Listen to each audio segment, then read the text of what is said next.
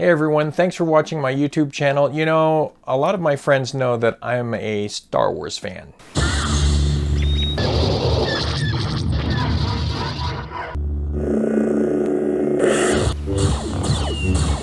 Okay, maybe I'm a Star Wars geek, maybe a Star Wars nerd, whatever you call it. I received this special item in the mail. I'm going to tell you all about it coming up next.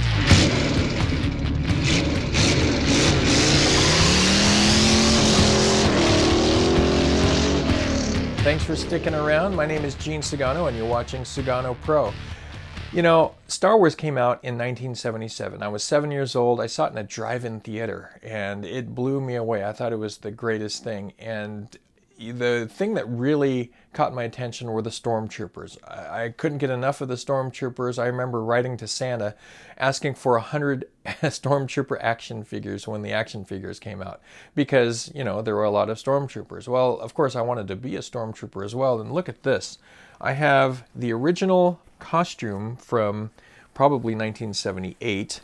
The Stormtrooper costume. It's not going to fit me. I mean, okay, maybe, but look at that. It doesn't even look like a Stormtrooper, right? I mean, sort of, but Stormtroopers don't have gold and they don't have the word Star Wars written on the front of them. But yeah, actually it's copyright 1977 20th Century Fox Film Corporation.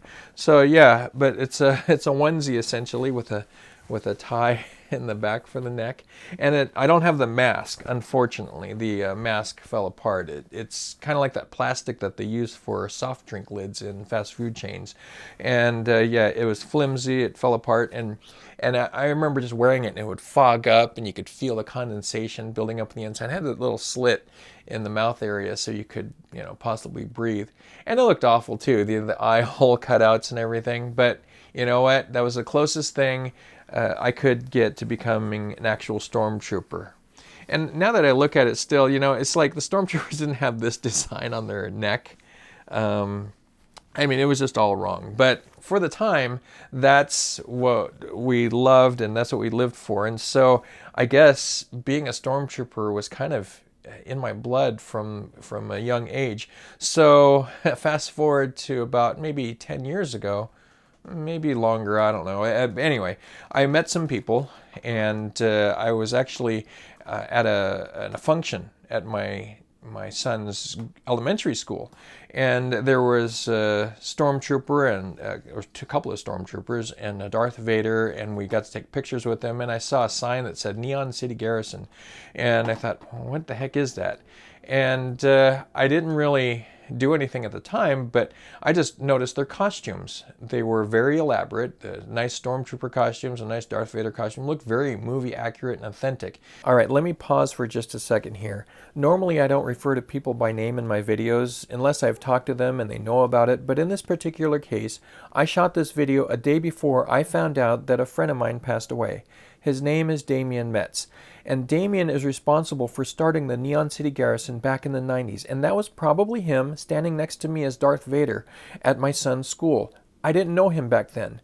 I met him probably 5 years later, and that's when he introduced me to becoming a Stormtrooper, and he's the one I'm referring to in the rest of this video. I just wanted you to know that because without him, I wouldn't have been able to fulfill my dream of becoming a Stormtrooper. And then later on, I ran into some people that actually belonged to the 501st. And I was like, oh my gosh, wow, what is that? And they told me all about it. The 501st Legion is a group of individuals who dress up like the bad guys from Star Wars. And they raise money for charity. And I thought that was the greatest thing. And they don't, technically, they're not supposed to make money for themselves. So if you see a Stormtrooper panhandling on the Las Vegas Strip, no, they're not part of the 501st. They're frowned upon because the people of the 501st, they're very dedicated to the art form of Star Wars, and they don't want to monetize on it personally because it's not their own product, it's a Lucasfilm product. So anyway, I met those individuals and they turned me on to the idea of purchasing my own Stormtrooper outfit. Now I have the whole outfit, but oh my gosh, it's not even complete. I have the helmet done.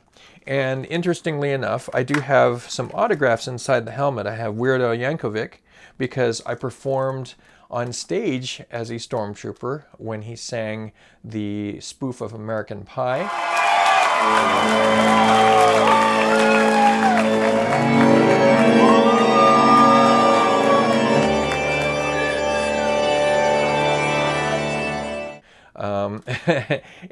So I was on stage in Laughlin, Nevada, and here in Las Vegas, Nevada, for a couple of shows, and I was a Stormtrooper on stage, and it was hard to see, hard to move around, and I borrowed somebody else's armor, and yeah, so Weird Al Yankovic, I got a picture with him, and of course he signed the inside of my helmet.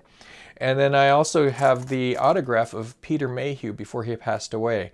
I saw him at a comic book store opening, and took my helmet and he signed it for me, and I thought that was the coolest thing. So anyway, there's a lot of things kind of wrong with this helmet.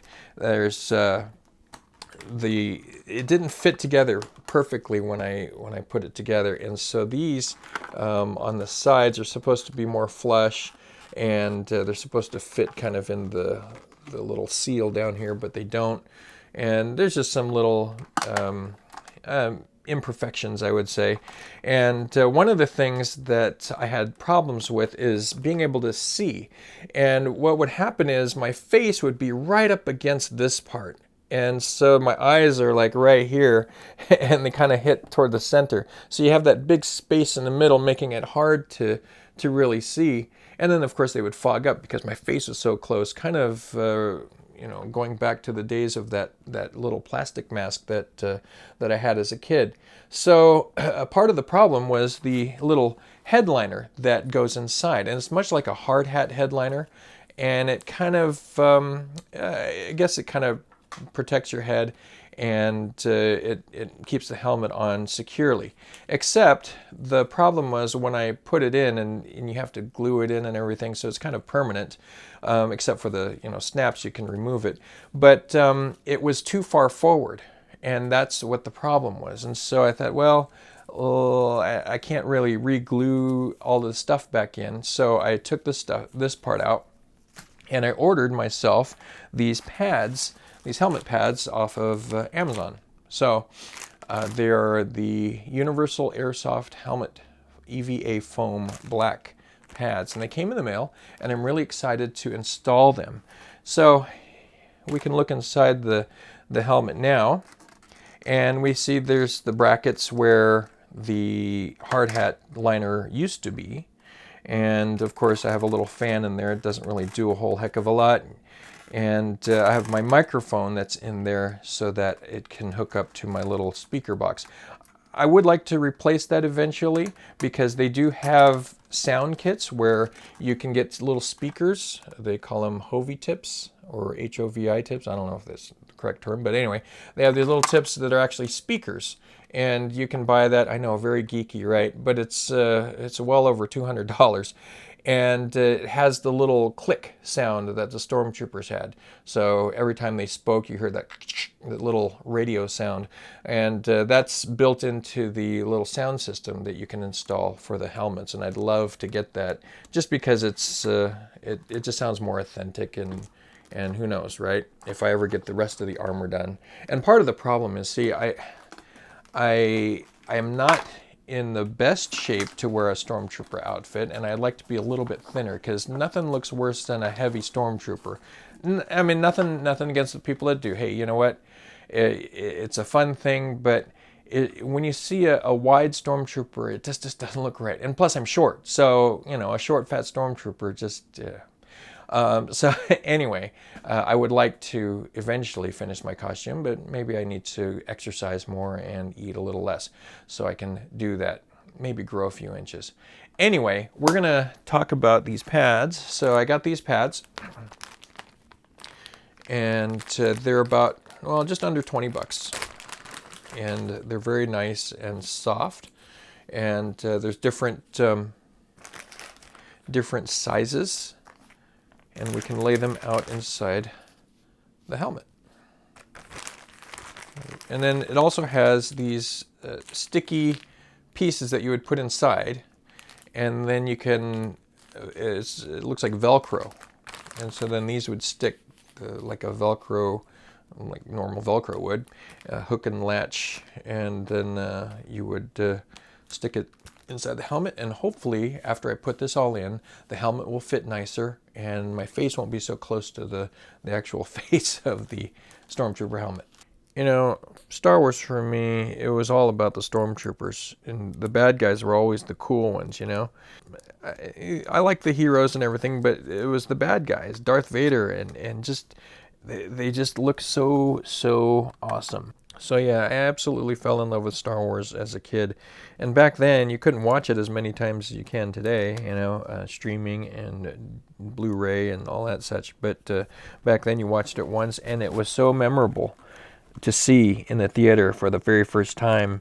And when you saw it again, it was just even better, and you just couldn't get enough, and you wanted to see more and more. And so that's why the costumes that came out weren't very accurate, but there's only so much you can remember, right? But I didn't think deep down we knew that the costumes didn't look anything like the actual costumes you saw in the movie. But when you're 7 years old, you don't care. You're just like, yeah, I love it. So in conclusion, I think the padding was a pretty good purchase, except the backing didn't stick very well, and when I first started to shoot my conclusion video, it fell out. So a hot glue gun will remedy that. But I do think I need some more padding, because the distance from the top of my head to the bottom of my neck is short in comparison to the top of the helmet to the bottom here, because when I wear the armor, the helmet actually rests on the chest, and I don't want that. So I'll probably have to put a little more padding on the top to increase that distance and move the helmet up on my head a little bit. So maybe another set of this padding might help. And of course some glue to really make it fit tight, so when I turn my head, the helmet actually turns with it as well. And it's definitely an improvement over this piece here. Yeah, this really sucked, so we'll just get rid of that. But yeah, the padding is a definite plus, so if you ever thought about being a Stormtrooper or ever wondered what it would be like, well, now you kind of know. And I hope you enjoy this video. So in conclusion,